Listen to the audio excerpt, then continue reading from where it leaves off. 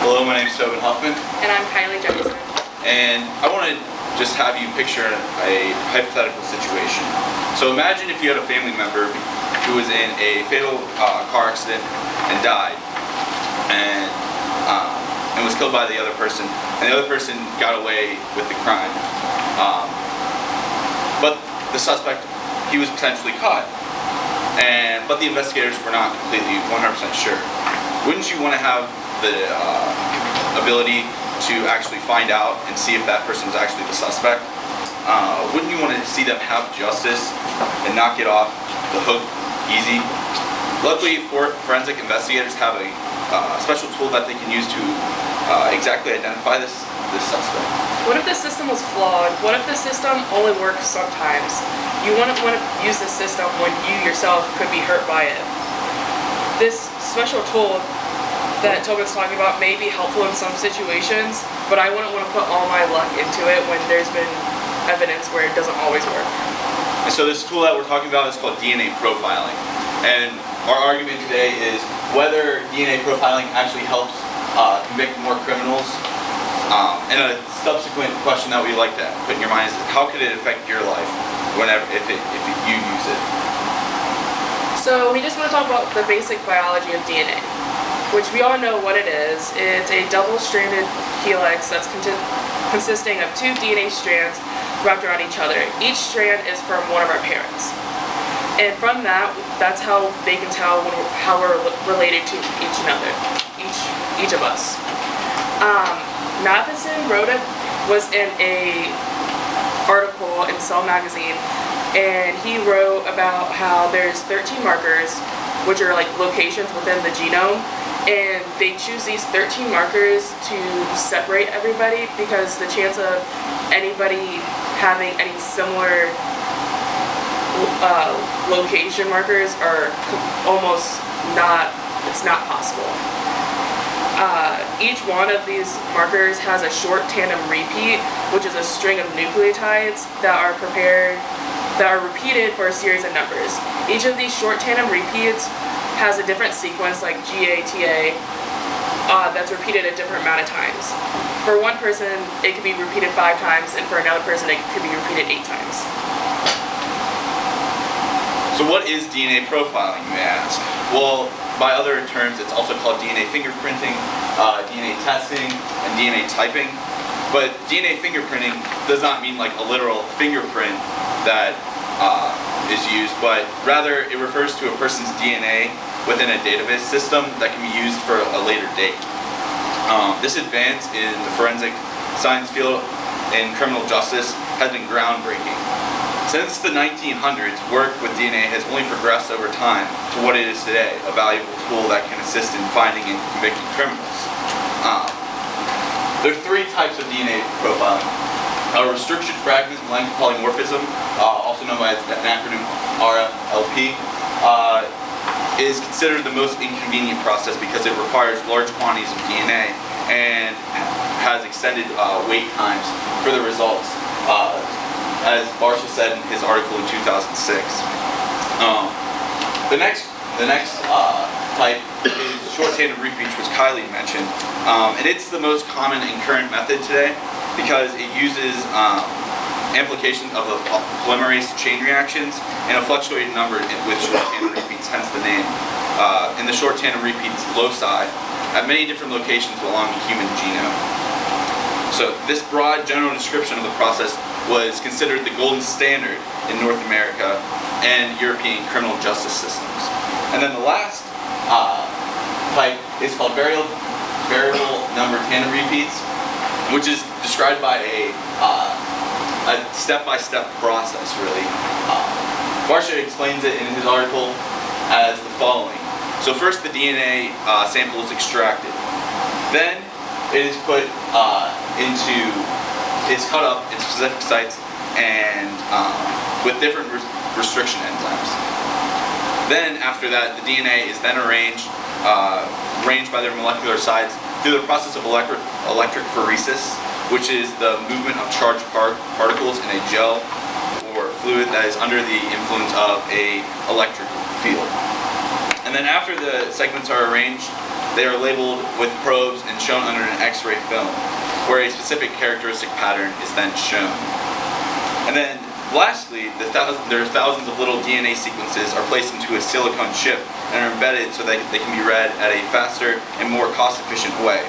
So with this recent chip technology, it also gives scientists a new innovative way to interpret the DNA sample. So before we go into discussing the benefits and disadvantages to DNA profiling, we wanted to give you guys some famous examples, like the O.J. Simpson case, which I'm pretty sure we all know about. We also, where they used DNA profiling in that to prove if he was guilty or not. They used DNA profiling while identifying bodies after September 11th, identifying the remains of Russian Tsar, and the Clinton-Lewinsky affair, and this is all found in the article that Tobin's been talking about by Barsha. So I'm going to discuss the benefits of DNA profiling and why it's actually useful in today's society. DNA profiling has many benefits. As shown, it provides that extra layer of evidence that can be used, some that may have not been determined before. Also, it gives the ability to provide a probability of matches to different people within a database system. If you're able to extract a certain DNA strand and it can narrow down the choices of certain criminals, that's certainly beneficial in my opinion. And then also, why it does help convict criminals, it also helps free innocent people, because many innocent people are in jail or have gotten out of jail through DNA profiling because they've been wrongly convicted in the first place. And I'm talking about the disadvantages of DNA profiling, where there have been some cases where there were wrongful convictions because they didn't test the DNA all the way and they got the wrong person. There's also been lab complications where the labs haven't been doing their job correctly, so the evidence is not analyzed correctly. And the advancement of technology is not helping of how people can understand what the DNA means. So my first thing is the wrongful conviction. Naughton wrote in the International Journal of Evidence and Proof in 2011 about different cases where there were cases where people almost went to jail for the wrong reason. Here I have Raymond Easton, and this was in 1999. He was a 48-year-old man with Parkinson's disease. He was arrested for a robbery because they ran a STR to compare the DNA found on the crime scene to his, and at that point, the second generation multiplex, they only ran a six marker test. From those 6 markers that they ran, they matched Raymond, so that's why he was arrested. Even though because of his disability and his alibi, there was no way that he could have committed this crime. Once it became closer to the trial, they ran a 10 marker test, which proved that the next 4 loci did not match Easton's. From that point on, the second generation multiplex went from a 6-point marker test to a 10-point marker test, so that it's harder to convict the wrong person or think that someone has the same DNA. In today's time, we have 13 loci markers to make sure that there's a very little chance that 2 individuals have the same DNA matchup, so we don't have problems like this happening again, where we almost make someone go to jail for the wrong reason when he obviously could have not committed this crime. Now, Wakali's argument is valid, and that was an actual case. However, she stated already that there have been precautions and steps put in place to actually change the outcome so that would never happen again. But another great thing that DNA actually does, it helps free innocent people from jail. In many criminal cases, wrongly accused suspects were convicted and sent to prison for a crime they had absolutely no relation to, because there was an initial lack of evidence in the case, because DNA profiling was not around. There needed to be some type of physical, reliable data to help those who were incorrectly convicted. So DNA profiling's role in this situation is that physical data that is able to be analyzed and understood to actually identify the actual suspect of the crime. Now, part of the reason why there were falsifications in the first place. In Hampian's article and his colleagues in 2011, they discussed that the reason for this misidentification in the first place was there's no evidence to back up the suspect in the first place, and then 75% of the misidentification in the process were because of a misidentification from the victim. And a victim is very, bothered and is a little shaken up by the result at hand. So a lot of things could be racing through their minds, and they could not be realizing who actually did the crime in the first place. So in a study performed in 2011, there were 194 DNA exonerations, and they were divided and classified based on their DNA and used to switch to this wrongly convicted. And in 75% of the cases, misidentification was the primary factor. This was also in the Hampian article as well. So really, in Varsh's article, DNA profiling offers this saving grace to the wrongly convicted. It really helps show that that we are beyond this, and we have a physical data set to help have those misidentifications happen again. Now, another possibility of why DNA profiling is great is that it provides this probability of matches with itself, as Varsha states in his 2006 article. Now, the United States and the United Kingdom have the largest DNA databases in the forensics department in the world, but the UK was the first country to come up with this, according to William and Johnson in 2005. Now, in March of 2004, which can be looked at as a little outdated, there were 2.5 DNA profiles within their system. And being over 10 years ago, it has only grown to significant numbers beyond. But over the course of 4 years after, 133,933 matches were found just initially when the DNA was recovered from crime scenes. Now, I don't know if just found initially without other steps being taken, but those are pretty good numbers to me. And also another example of this probability of matches is the forensic case study we did in our lecture. We were given different data through different types of DNA, and then we were able to identify the differences beyond which suspects looked more guilty than the other based on their DNA. Again, it provides this physical data set that we're able to actually back up a conclusion with. Every time there's an investigation going on, all the DNA evidence is sent to a lab. If the lab can't do their job, they can't get anything out of it. A basic crime lab has 3 jobs: to extract, analyze, and present the DNA evidence accurately. Eckroth wrote a paper called Suggested Solution to Curb DNA Evidence Abuse, where he talked about a lab, the Houston Crime Lab in Houston, Texas, where they've been investigated for intentional abuse and misuses that happen while handling DNA evidence.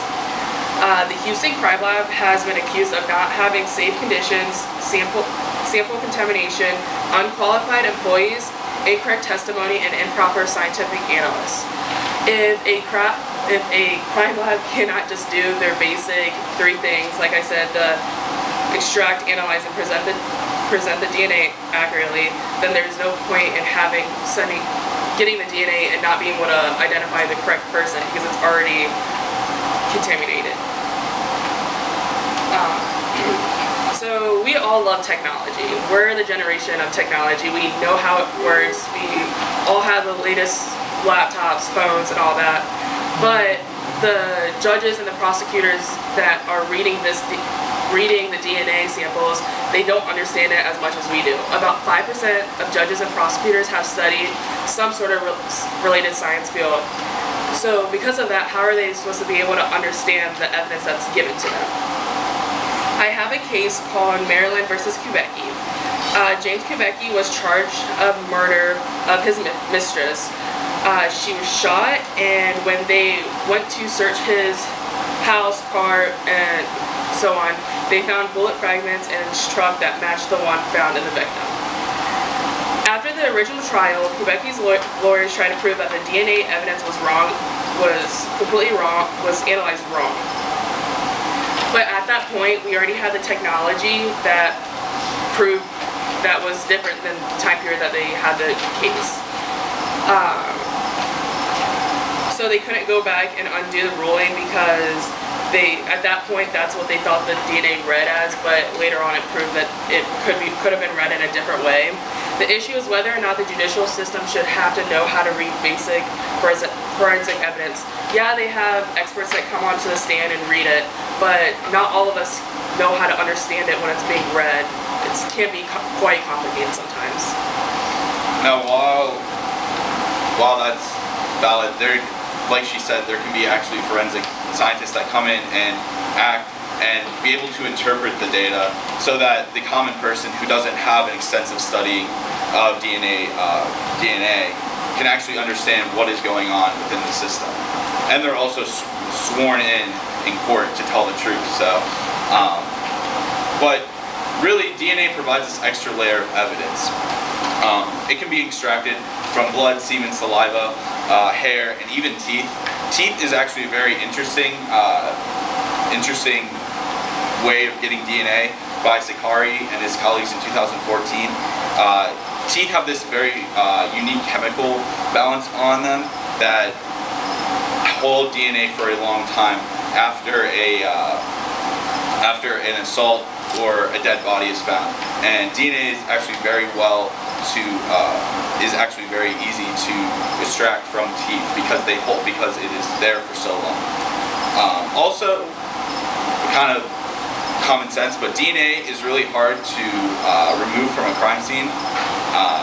I don't think a criminal is going to go around, and if they have a little drop of blood here or like a couple hairs here that are identified, they're not going to go around and start picking those up off the ground to help, save them.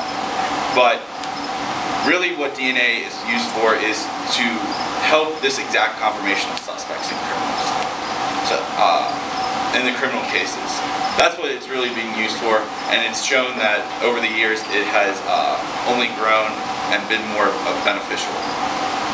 Now we want you guys to decide, would you rather use the process of DNA profiling to catch criminals by using a revolutionary process to gain evidence, or take the chance of using DNA samples and risking the reliability of it being misused? So for the beneficial side, obviously it offers a great genetic advantage to help with the investigation of a crime scene and be able to analyze and interpret these DNA samples that are found as evidence at these crime scenes. And then after that, to be able to go back and run it through a DNA forensic science lab and be able to provide a possibility of matches to ones in the DNA database. And then also, to go along with that, in a different aspect or different perspective, it also can help those who were wrongly convicted by misidentification or whatnot by the victim and are put in jail for being absolutely completely innocent. Even though there are some advantages to DNA profiling, I believe I wouldn't want to take my chance of my DNA being in the database and it accidentally being matched up with someone else because of it being contaminated at the crime scene or at the lab, or someone reading it the wrong way. I wouldn't want to put my chance of almost going to jail just because someone doesn't know how to read the evidence correctly. So I would not want to use DNA profiling because I don't want someone not knowing how to read it, the crime lab mess up, or it not being read the right way. Thank you, and are there any questions?